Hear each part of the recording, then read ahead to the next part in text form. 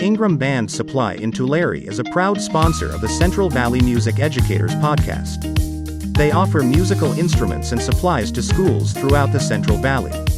With a staff of musicians and educators, Ingram Band Supply can help you on your musical journey from a beginner to a professional. Visit them at ingrambandsupply.com.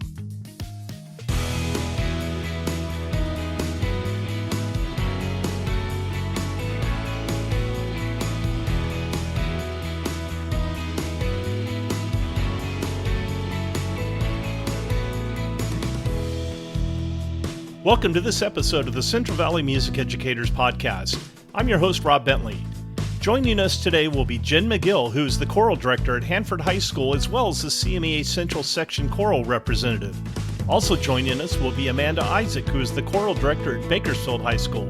I'm happy to have both of them on the show to continue our series on choosing repertoire for your ensembles. Be sure to follow the podcast on Apple, Spotify, Amazon, YouTube, or wherever you download your favorite shows. You can always stop by our website at cvmepodcast.com and listen as well.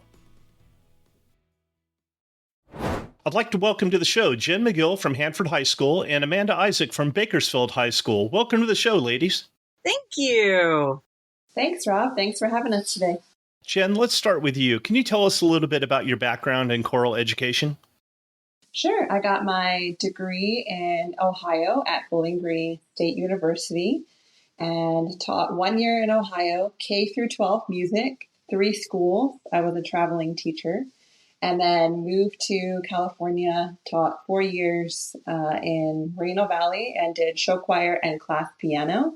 And then where I am now, Hanford, I've been there 19 years, and I have 4 choirs and 2 guitar classes. How about you, Amanda?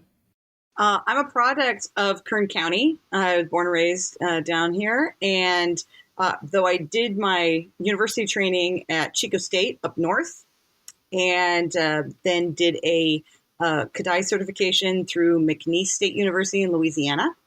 And I have been teaching here in Kern County for about 18 years now. My first gig was for elementary and junior high. I taught at one point 4 elementary schools plus a junior high, general music, and choirs. I had about 12 choirs between the 5 schools. I traveled to 2 to 3 schools a day. And then when the opportunity about 5 years ago for Bakersfield High School, I said, I think it's time for a change. So I moved up to high school where I have 5 choirs. And what are those choirs? What's the schedule look like? Chamber singers is 0 period. Thanks to the time change, it's now starting at 7:30 in the morning versus 6:45. And chamber singers 0, an intermediate advanced treble ensemble, a large advanced mixed choir, which the chamber singers are a part of. That's called chorale, and then a beginning bass and a beginning treble choir. And Jenn, how does your schedule look at Hanford High? I know there's been some schedule changes there as well.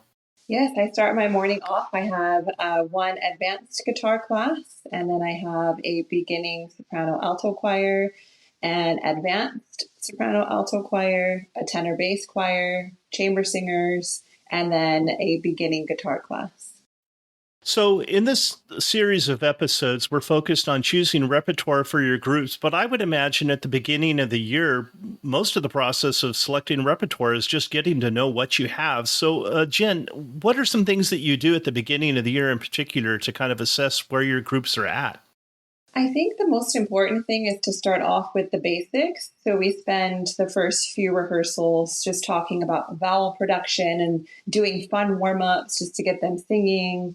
And then for the beginning groups, I usually choose a unison piece where I can build the foundation of good choral technique. And then I'll usually choose 1 2-part piece and then 1 3-part piece if they can handle it. And then the advanced groups, I, for the most part, know where they are ability-wise. So I can choose that literature based upon what I know from their ability the previous year. And my situation is very similar. We always have 1 unison piece that all of the students learn, especially the beginning students, and they keep that unison piece. It's usually an Italian art song and they keep that with them the entire fall semester, and then they present it as part of their final at the end of December. So we do a lot of unison work initially. My goal with all of the groups, whether they're a beginning or an advanced ensemble, is to fill that emotional capital to make them sound good as early and as much as possible, so that they understand how much they can do. So when I give them something that is more challenging, then they say, okay, I know I can sound good, but now I just have a little bit longer to get to that point. And sometimes it works. Sometimes it's a little more challenging, but on the whole, I give them a lot of music that they can experience success with quickly. I wanted to piggyback on what Amanda said about the emotional connection. So similar to what Amanda does, I'll usually choose an Italian aria. This year I did something a little different. I chose a piece for each group from a musical. So we did A Change in Me from Beauty and the Beast for the beginning soprano alto choir. And then for the tenors and bass choir, I chose Proud of Your Boy from Aladdin. Just because coming out of COVID, the kids are still really green and young, and just getting them to feel the connection to the music is really, really important. And they loved both songs. You can teach so much when they're connected and they're passionate about the piece. And then when you throw, the German or the Italian or Latin, they're already on board because they feel confident, they like the other song, and they're willing to arise to the challenge of the harder pieces. Exactly. The tradition at my site has been to do exactly what Jenn does, but we do it in the spring semester, which then feeds into a program that we have in the fall for all of our returners. But they just eat those things up. Just having that experience of success and confidence building, it's huge. What are some of your favorite resources for getting literature for your ensembles? Of course, J.W. Pepper is the huge one for me. They have the categorical breakdowns that J.W. Pepper has and the constant emails for new works, different themes that you want to do for your groups. That resource is phenomenal. One thing I found, which I don't know if everyone knows, is if you click on services on the top of the tab, and then you click on state and festival lists, you can click on any state and they have a breakdown of all different genres, voicings. They have, if you click on California, they have Chris Peterson's method class, the pieces that he teaches his college students. Those are the choral basics. You can click on those. This year I've had to revoice my chamber group because I graduated a ton of tenors and basses last year. And so I have a few altos singing tenor. So I clicked on some of those states and found there are actually pieces that you can do for the revoicing of your choirs until we get back to normal and we rebuild our programs. So that resource has been really helpful. And also for festivals, you can see, what level your group is at and what pieces fit within that level. So you can choose literature that they feel successful with, but still can get a bit of a challenge as you head toward that spring semester. And then, of course, reading sessions. CASMAC has so many resources if you go to the conference. And then attending your area festivals. Usually they have a program or they have a list of all the pieces all the groups do. So I'll go through those pieces, I'll listen to them and choose pieces that are new and fresh. You'd be surprised, even after 23 years of teaching, there's so many pieces that I haven't heard of, and I'll see it on the list and listen to it, and it just opens your eyes to so much music. And then this seems simple, but just going on YouTube and typing in a college choir and listening to their concert, or an area high school group. I've listened to Visalia groups, Clovis, down south, Bakersfield, and you can see what they're doing with their groups. So that's what I do. I do that as well. And a few other publishers I like to look at that Sometimes you can buy their music through J.W. Pepper, but sometimes it's only available through those publishers. Is Santa Barbara Music Publishing. They've got some great resources and searchable databases. I love to look at Cola Voce, which is from pardon me, outside of Indiana. And that was connected with the Indianapolis Children's Chorus and Henry Luck. There's some wonderful things through Cola Voce that are available. And also Music Spoke. There are some composers like Andrea Ramsey who do a lot of their self-publishing through that particular clearinghouse, which is just fantastic. I love to look at all of the resources that Jenn mentioned. Sometimes I even go to the ACBA National website and search through the different programs and lists that are available through that resource if you're a member.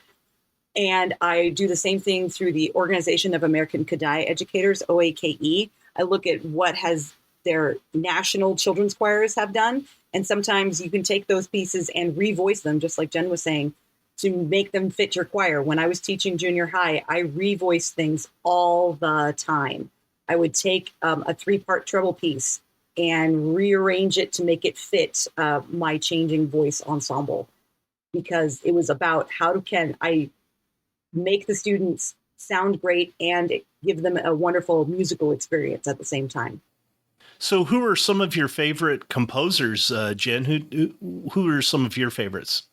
It's a hard one to choose because there's so much great literature. I love Renaissance music. So Palestrina, I love Debussy. We did a piece from the 3 chansons du Qui l'a fait this year. And I love Eric Whitacre. I love Andrea Ramsey. I love some of the popular arrangers like Roger Emerson. He's very accessible for young groups, beginning groups. I love his arrangements. And I could list so many more, but those are just a few of my top. I have, the list is long for me too. I will always look at something that Andrea Ramsey has touched, Amy Vernon, Laura Farnell.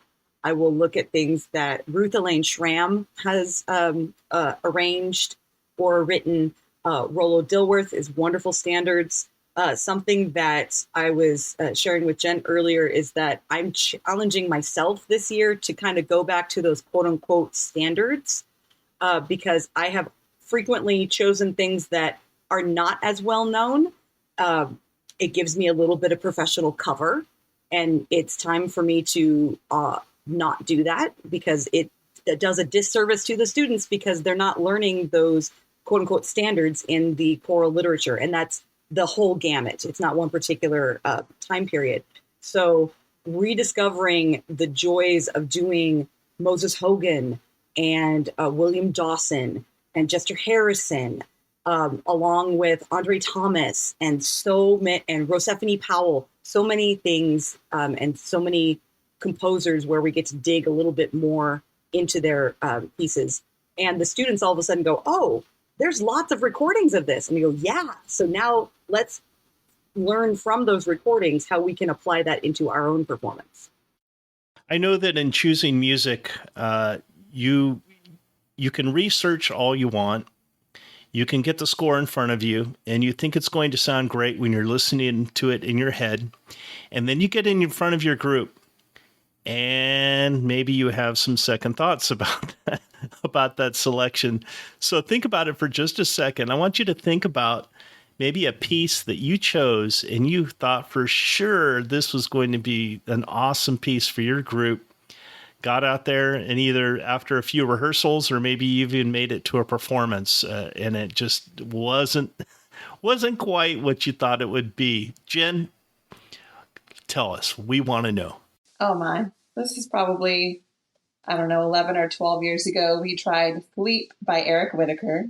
Thought the kids, it was a good group, thought they could handle it.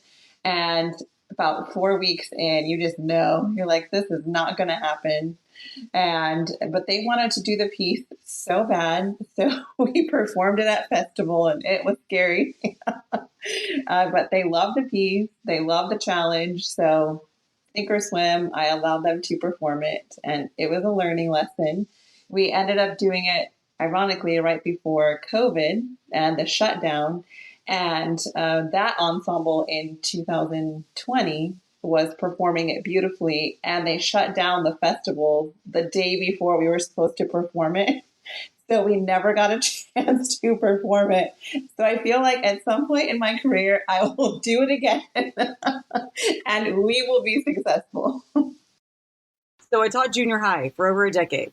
And one of the pieces that I rearranged to fit my ensemble was this beautiful arrangement of Lascia Ch'io and I'm probably doing that incorrectly right now, but it was from the Henry Leck Creating Artistry series. And I thought, it's melodramatic and they're going to love it. It's this nice slow tempo, and they're just really getting into it.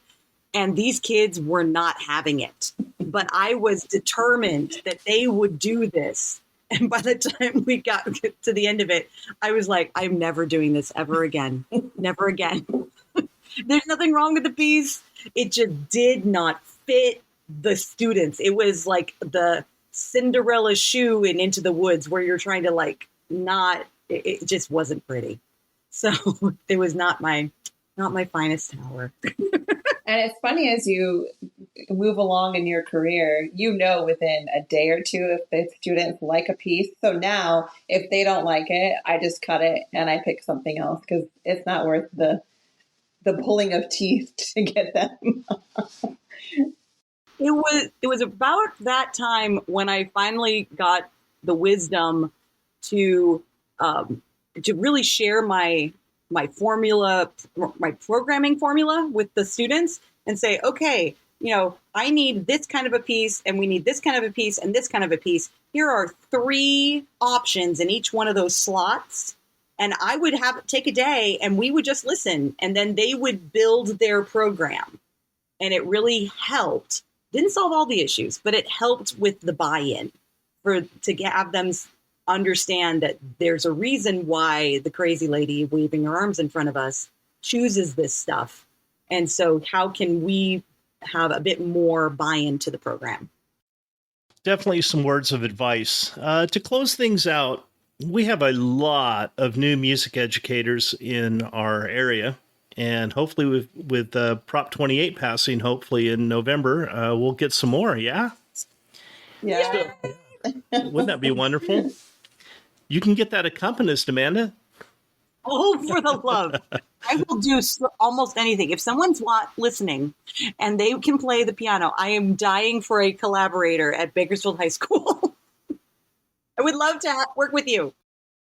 So where I was headed with that is with all the new directors, we do have several that have let us know that they listen to the show. And we always like to close our segments out with just a few words of advice for people who are just starting out and trying to figure out things. So we don't want them to make the same mistakes that we did when we first started out. So to close things out, Amanda, can you just maybe throw out a few tidbits for new directors? It could be work-life balance. It could be, we've already covered repertoire a little bit, but just something that you could offer in the way of advice for our newer educators.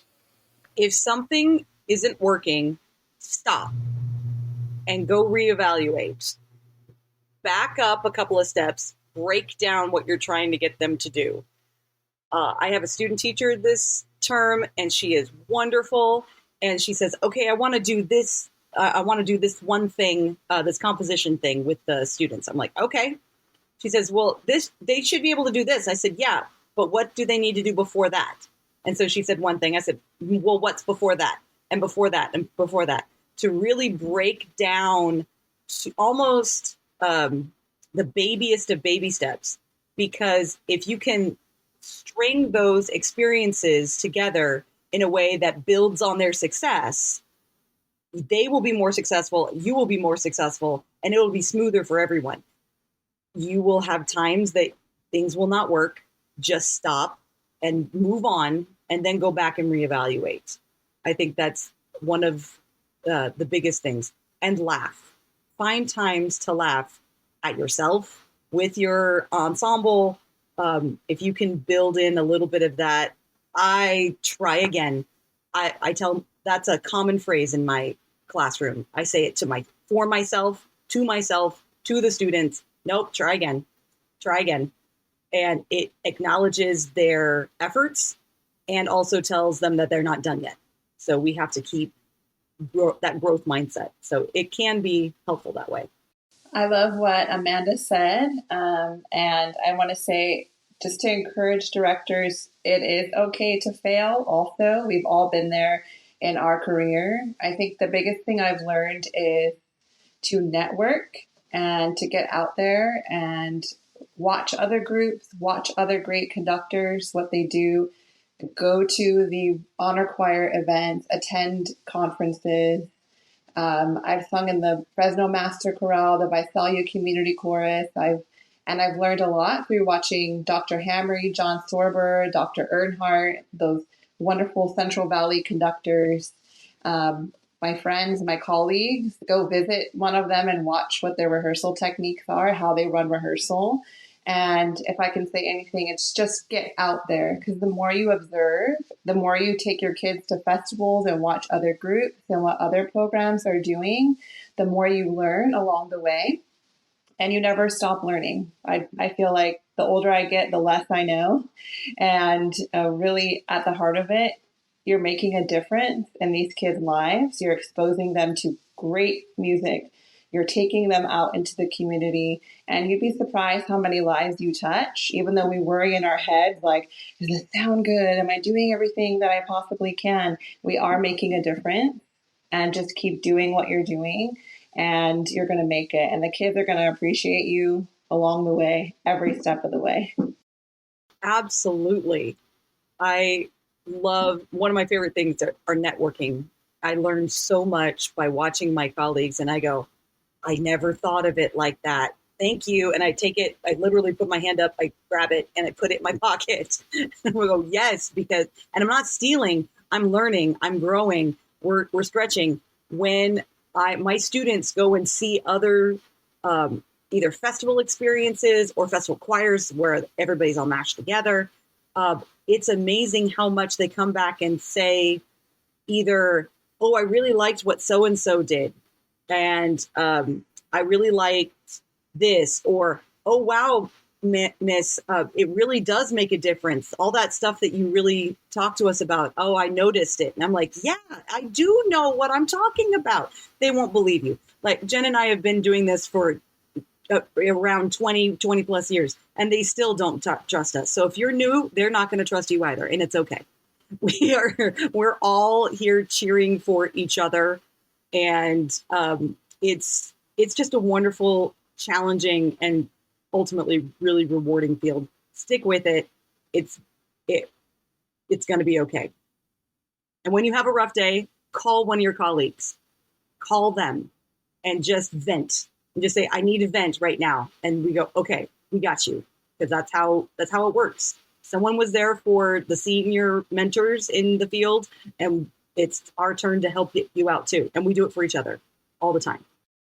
This was fun. It was so fun. I always tell people that we should offer units on this. We've had so many good segments going back over the first 2 seasons of the show, and just looking for more feedback from people. Just a great opportunity to get word out about some of the things that we do. Both of you have been in the choral field for a while, and I've been teaching band here for a little bit longer than that, and I'm just blown away by the knowledge of people that are just willing, like yourselves, to share with others. I'd like to thank you for coming on the show. This has been great, and I know, Jen, this is your second time on the show, and Amanda, your first, and I hope that you'll share this with everybody. And I just like to thank you for coming on the show today. You are most welcome. It's been a joy. And it's after talking with people across the state, we have just an awesome music community here in the Central Valley. And it's a really unique and special and amazing thing that people go from outside and then they come back in and they're like, wow, you all really are super connected. And we're like, yeah, that's just how we do things in Central Valley. And so I think it's awesome. So thank you, Rob, for doing all of this wonderful work. I agree with Amanda. When I tell my students music is life-changing and you will have friends for life, that is the truth. So many of my friends have been around in the Valley for so long. So we appreciate the platform, Rob. I've loved listening to the podcast and getting a lot of great information. And you're a blessing to us and the community. And hopefully more people we can get on board to listen. Again, it's networking. It's so important. Well, thank you both for coming on the show. I'd like to wish you the best of luck in your upcoming regional and state events. I know it's an exciting time with planning all the concerts and musicals and such, and you definitely keep busy. So thank you again for coming on the show. Thanks, Rob. You're welcome. Bye. Bye, Amanda. Bye, Rob. Bye, Jen. I'd like to thank Ingram Band Supply in Tulare for sponsoring this episode of the Central Valley Music Educators Podcast. I hope you're enjoying the show. If you have a show idea, comment, or question, be sure to shoot me a message and I'll be happy to hear from you. I hope you've been enjoying the show. If you have a show idea, comment, or question, be sure to shoot me a message. I'd be happy to hear from you. Follow the podcast on Apple, Spotify, Amazon, YouTube, or wherever you download your favorite shows. You can always stop by our website at cvmepodcast.com and listen as well. We'll see you back here next week for another episode of the Central Valley Music Educators Podcast. Have a great week.